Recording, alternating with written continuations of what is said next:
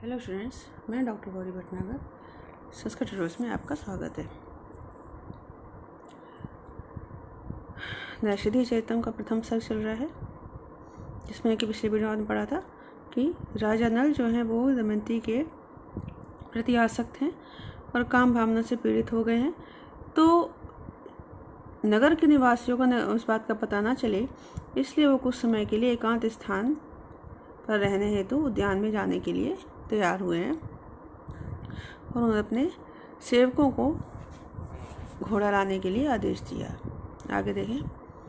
अमित तस्य विभूषितम सितम जबे अपि माने अपि च पौरुषादिकम उपारहन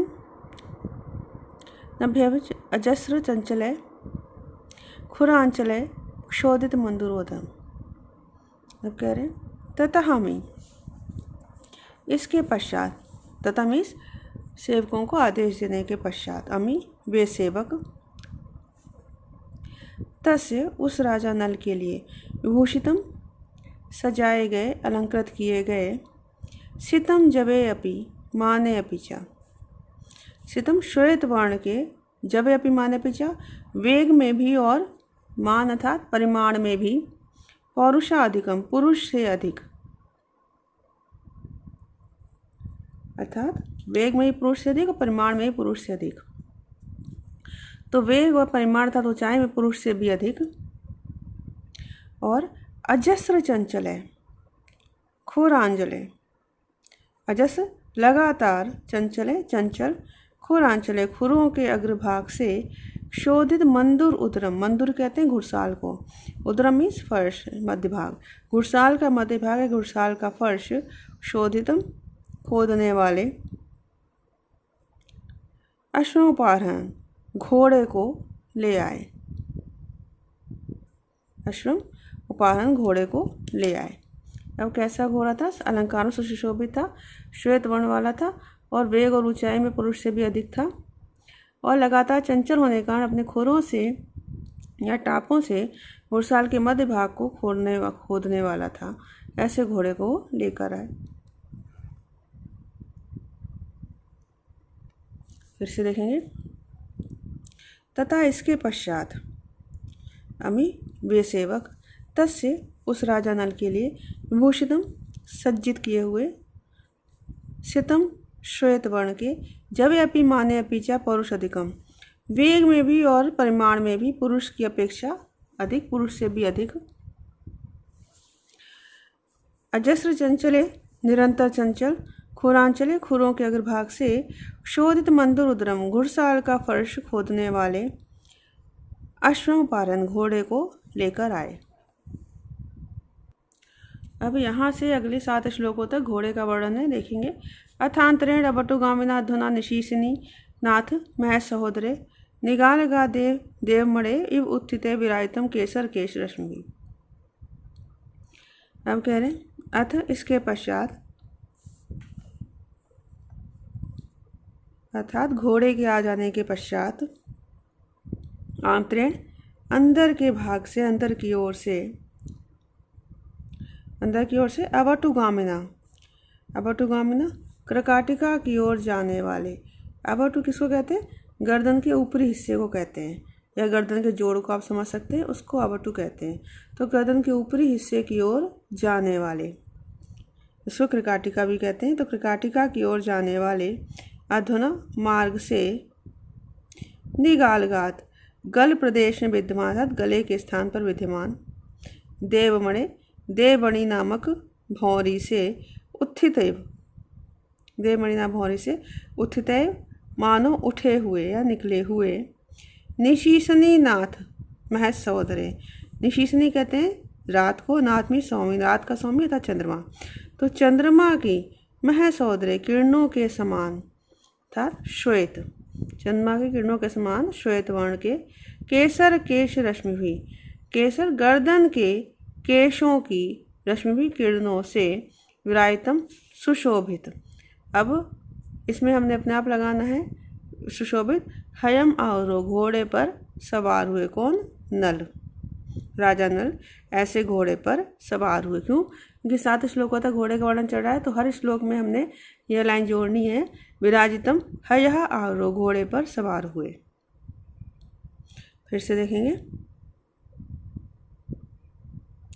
अथ इसके पश्चात आनंतरेण अंदर की ओर से अवटुगामिना गर्दन के ऊपर के हिस्से की ओर जाने वाले या कृकाटिका की ओर जाने वाले अधुना मार्ग से निगालगात गल प्रदेश में स्थित देवमणि नामक भौरी से उत्थितय, मानो उठे हुए या निकले हुए, निशनाथ में सौदरे, चंद्रमा की किरणों के सौदरे समान, श्वेत वर्ण के केसर केश रश्मि भी। केसर अयाल कहते हैं, जो गर्दन के बाल होते हैं, अयाल होती है उसको। तो केसर केश रश्मि, गर्दन के केशों की किरणों से विराजितम सुशोभित घोड़े पर राजा नल सवार हुए। मतलब कैसा था वो घोड़ा?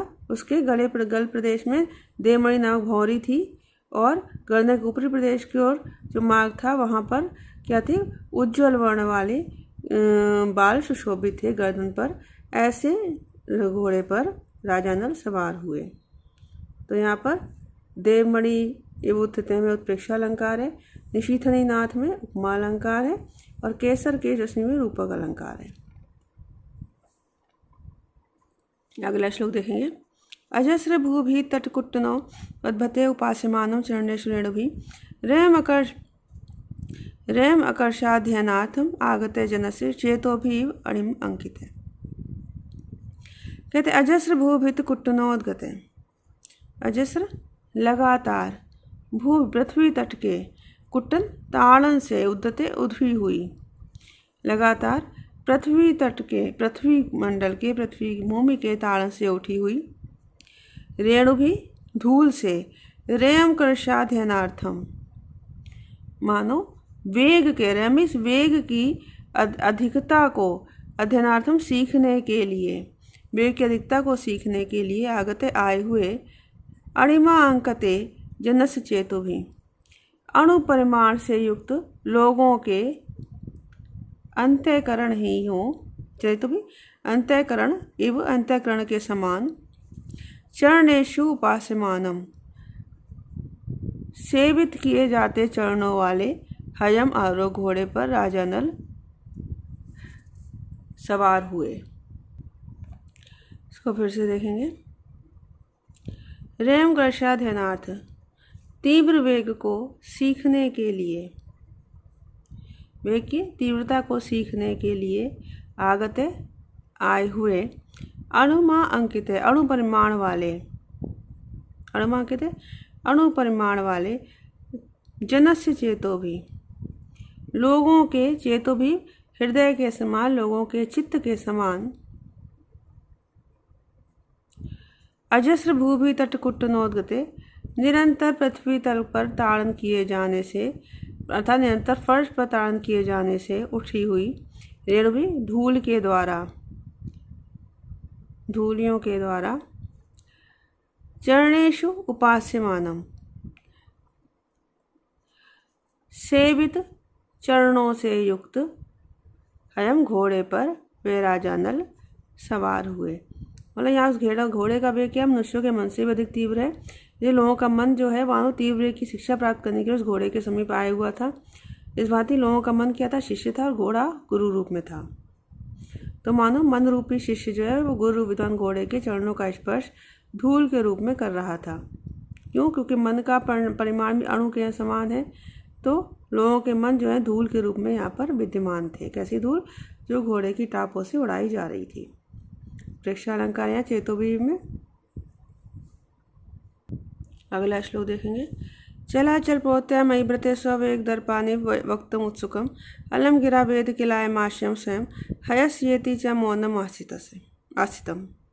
गति चलाचल प्रोथतया, चलाचल अत्यधिक चलायमान चंचल, प्रोत्या नथुने के होने के कारण, अति चलायमान नथुनों के होने के कारण मयि व्रते राजा नल ने स्ववेग दर्पात वक्तुम उत्सुकमेव, अपने वेग के संबंध में दर्पपूर्ण बातों को, अभिमानपूर्ण बातों, गर्वयुक्त बातों को वक्तुम कहने के लिए, उत्सुकमे मानो उत्सुक, लेकिन।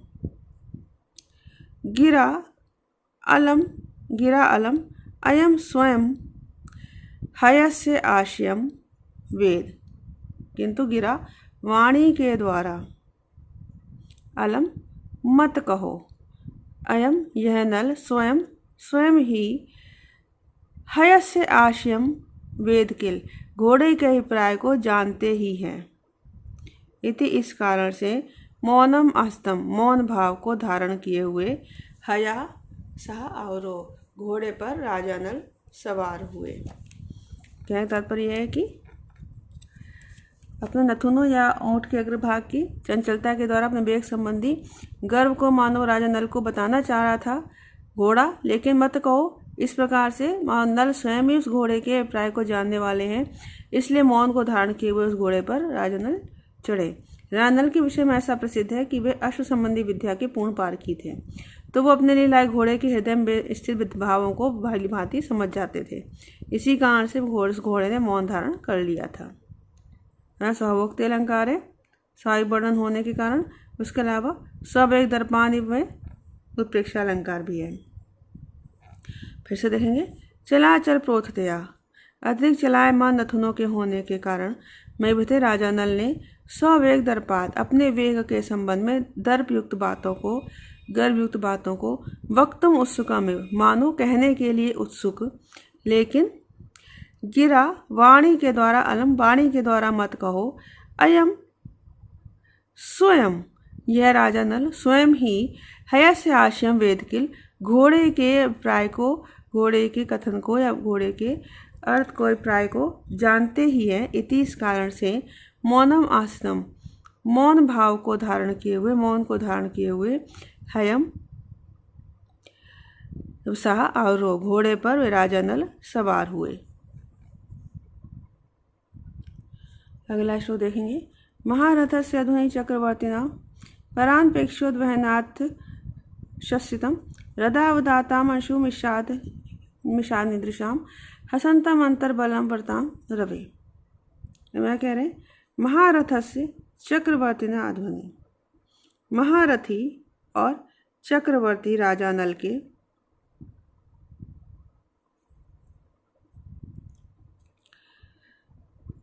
अध्वनि मार्ग में, परानपेक्ष वहनाथ दूसरे की अपेक्षा के बिना ही ले जाने के कारण, यशस्थितम यश से, कीर्ति से, शुभ्र उज्ज्वल, अतः रदावदातांशु रदा दांतों से निकलने वाली अंशु, दांतों से निकलने वाली ध्वल अंशु किरणों के मिशात बहाने से,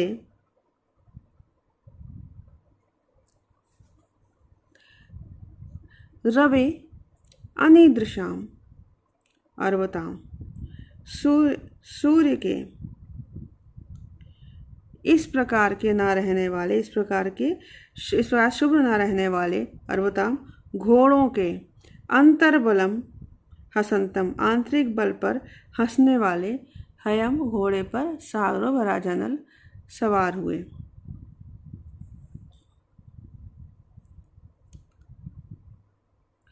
अब इसको ऐसे देखेंगे, महारथ से महारथी और चक्रवर्ती राजा, महारथी और चक्रवर्ती राजा नल के अधुनि मार्ग में, परानपेक्षोद्भना दूसरे की अपेक्षा के बिना ही ले जाने के कारण, यशतम यश से शुभ्र, कीर्ति से शुभ्र, रदावदात अंशु मिषाद दांतों से निकलने वाली श्वेत किरणों के बहाने से। अब दोबारा अर्थ लेंगे,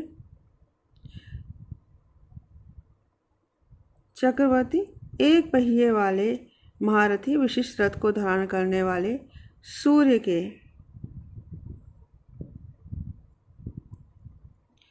यशस्थितम यश की धवलता से शुभ्र, अश ना रहने वाले, यशस्थितम यश की धवलता शुद्र, अनिदशाम ना रहने वाले, अवर्ताम घोड़ों के,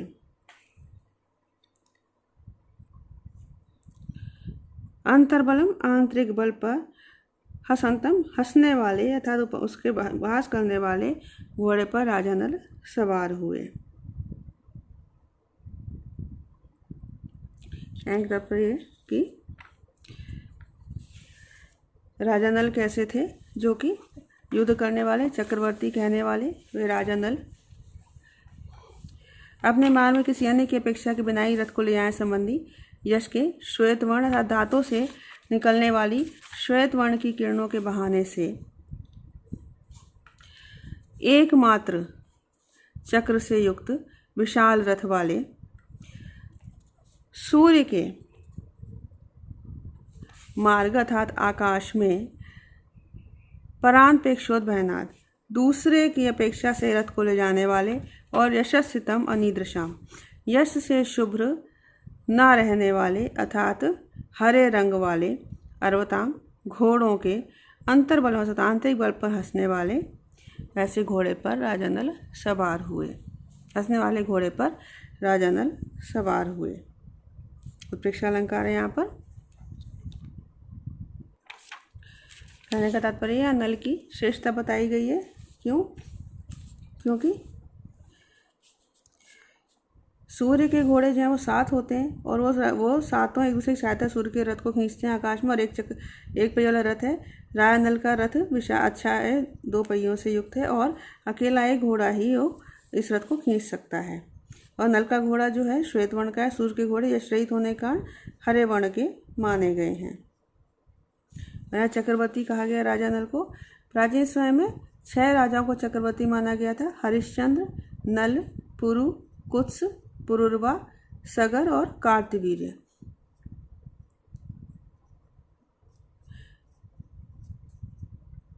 ये 6 राजा जो हैं चक्रवर्ती माने गए। हरिश्चंद्र, नल, पुरु या पुरुरवा, सगर, कार्तवीर्य और कुत्स से 6 राजा जो हैं वो माने गए हैं।